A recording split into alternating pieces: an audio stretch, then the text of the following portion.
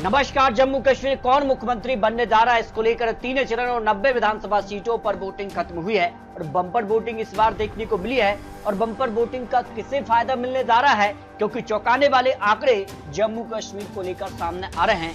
तो 90 विधानसभा सीटों पर किसकी सरकार बनने जा रही है, इसको लेकर महत्वपूर्ण आंकड़े, क्योंकि सभी यहाँ पर सीटों पर वोटिंग खत्म हो चुकी है और नतीजे 8 अक्टूबर को सामने आएंगे। लेकिन उससे पहले जो चौंकाने वाले आंकड़े जम्मू कश्मीर को लेकर सामने आ रहे हैं, कौन बाजी मारेगा, क्योंकि अपने अपने जीत के दावे किए जा रहे हैं। लेकिन अगली सरकार किसकी बन सकती है, आंकड़ों के हिसाब से जमीनी स्तर पर किसका पलड़ा भारी नजर आया है, क्योंकि जनता ने यहाँ पर सभी 90 विधानसभा सीटों पर ईवीएम में यहाँ पर बड़े बड़े दिग्गज नेता, बड़ी बड़ी पार्टियों का किस्मत का फैसला दर्ज कर दिया है। लेकिन जो जमीनी स्तर पर आंकड़े सामने आ रहे, क्योंकि तीनों चरणों को लेकर अगर बात की जाए तो इस बार बम्पर वोटिंग देखने को मिली है। पहले चरण के लिए 24 सीटों के लिए यहाँ पर 61% से ज्यादा मतदान यहाँ पर देखने को मिला, जबकि अगर बात की जाए तो यहाँ पर जो है दूसरे फेज की 26 सीटों पर 57% और तीसरे चरण के लिए जो सबसे महत्वपूर्ण चरण माना जा रहा था, क्योंकि सबसे ज्यादा 40 विधानसभा सीटें तीसरे फेज को लेकर सबसे ज्यादा मतदान भी देखने को मिला 69%, क्योंकि ज्यादा सीटें इस बार जम्मू रीजन से था।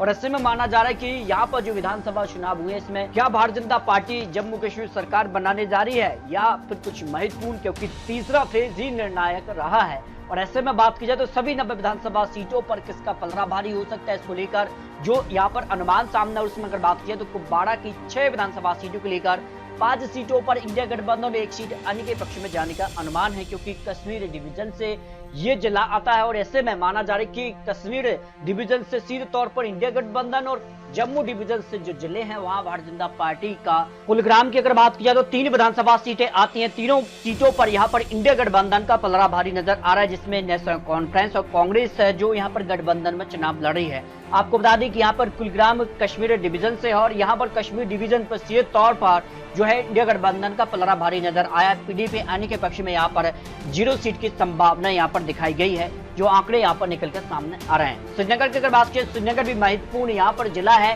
और यहाँ से 8 विधानसभा सीटें हैं।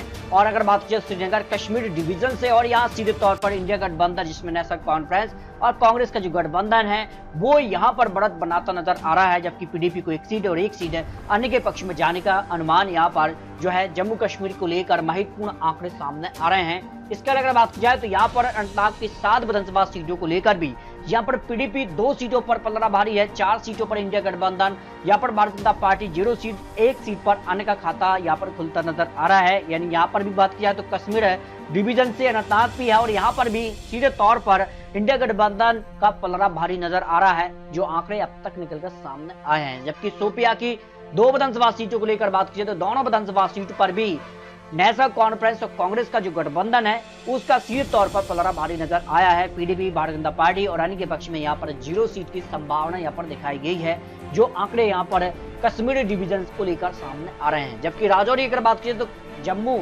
यहाँ पर संभाग से है और यहाँ पर बात की तो 5 यहाँ पर सीटों को लेकर बात की जाए तो भारतीय जनता पार्टी यहाँ पर 2 सीटें, जबकि अगर बात की जाए तो यहाँ पर 3 सीटों पर इंडिया गठबंधन। लेकिन माना जा रहा है कि कई सीटें ऐसी हैं जहाँ भारतीय जनता पार्टी को फायदा है, 5 सीटों पर भी भारतीय जनता पार्टी यहाँ पर जीत हासिल कर सकती है, जो जमीनी स्तर पर आंकड़े सामने आ रहे हैं, जो यहाँ पर जम्मू को लेकर महत्वपूर्ण आंकड़े, क्योंकि जम्मू से यहाँ पर राजौरी 5 विधानसभा सीटें महत्वपूर्ण हो जाती हैं। पीडीपी आने के पक्ष में यहाँ पर 0 सीट की संभावना दिखाई गई है।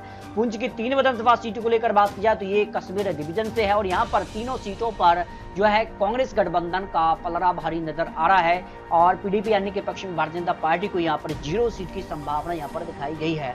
कठुआ से अगर बात की 6 विधानसभा सीटें जो कि जम्मू यहाँ पर डिवीजन से, जम्मू संभाग से है और यहाँ पर अगर बात की जाए तो यहाँ पर जो है 4 सीटों पर भारतीय जनता पार्टी और 2 सीटों पर इंडिया गठबंधन, पीडीपी आने के पक्ष में 0 सीट की संभावना दिखाई गई है। लेकिन माना जा रहा है कि जो जमीनी स्तर पर आंकड़े हैं, जो सियासी गलियारों में हलचल है कि 6 विधानसभा सीट भी यहाँ पर भारतीय जनता पार्टी जो है हासिल कर सकती है। कठुआ की सभी विधानसभा सीटों पर जीत हासिल कर सकती है भारतीय जनता पार्टी, जो आंकड़े सामने आ रहे हैं। बांदीपुरा की 3 विधानसभा सीटों को लेकर बात की जाए तो भारतीय जनता पार्टी को यहाँ पर 0 सीट, जबकि 2 सीटों पर इंडिया गठबंधन, 1 सीट पीडीपी अन्य के पक्ष में 0 सीट की संभावना है, क्योंकि बांदीपुरा भी कश्मीर संभाग से है और यहाँ पर सीधे तौर पर बात की जाए तो यहाँ पर इंडिया गठबंधन का पलड़ा भारी नजर आया है। रियासी की बात की तो रियासी यहाँ पर जम्मू डिवीजन से है और यहाँ पर बात की 3 विधानसभा सीटों को लेकर भारतीय जनता पार्टी को 2 सीटें, जबकि कांग्रेस गठबंधन को 1 सीट है। पीडीपी अन्य के पक्ष में 0 सीट की संभावना है। तो माना जा रहा है कि भारतीय जनता पार्टी रियासी की तीनों विधानसभा सीट पर भी जीत हासिल कर सकता है, जो आंकड़े यहाँ पर दिखाई दे रहे हैं। जबकि अगर बात की जाए जम्मू की 11 विधानसभा सीटें, इस चुनाव में सबसे ज्यादा सीटें जम्मू से हैं। 11 विधानसभा सीटों को लेकर बात की जाए तो भारतीय जनता पार्टी का पलड़ा 8 से 10 सीटों पर भारी नजर आया है, जबकि यहाँ पर 0 से 3 सीटों पर इंडिया गठबंधन, कांग्रेस नेशनल कॉन्फ्रेंस का जो गठबंधन है उसका यहाँ पर पलड़ा भारी नजर आया है। पीडीपी अन्य के पक्ष में 0 सीट की संभावना यहाँ पर दिखाई दे रही है। इस तरह से अगर बात की जाए तो जम्मू में सीधे तौर पर भारतीय जनता पार्टी पूर्ण रूप से कमल खिलाती नजर आई है। जो आंकड़े यहाँ पर जम्मू कश्मीर को लेकर महत्वपूर्ण आंकड़े सामने आ रहे हैं। गंदरबल की बात की जाए 2 विधानसभा सीटें, दोनों सीटों पर बात की जाए तो कांग्रेस का गठबंधन जो है वो मजबूत नजर आ रहा है। पीडीपी, भारतीय जनता पार्टी अन्य के पक्ष में यहाँ पर 0 सीट की संभावना यहाँ पर दिखाई दे रही है। इसके अगर बात किया बड़ग्राम की 5 विधानसभा सीटों को लेकर तो ये जिला भी जो है वो कश्मीर संभाग से है और यहाँ पर बात किया तो कांग्रेस गठबंधन मजबूत नजर आ रहा है। 3 विधानसभा सीटों पर जबकि 1 सीट पीडीपी और 1 सीट अन्य के पक्ष में जाने का अनुमान यहाँ पर हो सकता है, जो आंकड़े यहाँ पर दिखाई दे रहे हैं। इस तरह से अगर बात की जाए तो यहाँ पर काफी हलचल दिखाई दे रही है। पुलवामा की 4 विधानसभा सीटों को लेकर बात की जाए तो चारों सीटों पर यहाँ पर कांग्रेस और नेशनल कॉन्फ्रेंस का जो गठबंधन है उसकी जीत की संभावना है प्रबल दिखाई दे रही है, जबकि पीडीपी, भारतीय जनता पार्टी अन्य के पक्ष में यहाँ पर 0 सीट की संभावना है। पुलवामा की अगर बात की तो कश्मीर यहाँ पर जो है संभाग से है और यहाँ पर बात किया तो इंडिया गठबंधन का पलड़ा भारी नजर आ रहा है।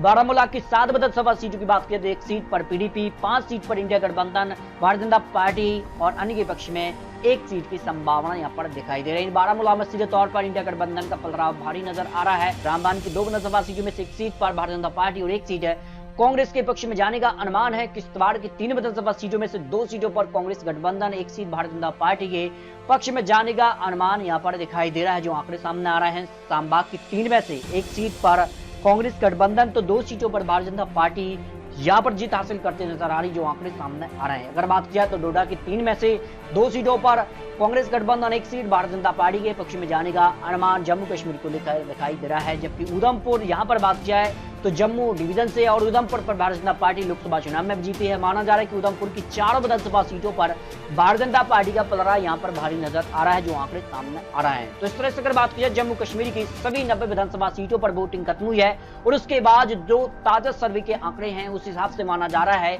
कि पीडीपी को यहाँ पर 6 विधानसभा सीटें मिलने का अनुमान दिखाई दे रहा है। अन्य के पक्ष में 5 से 10 सीटें हैं।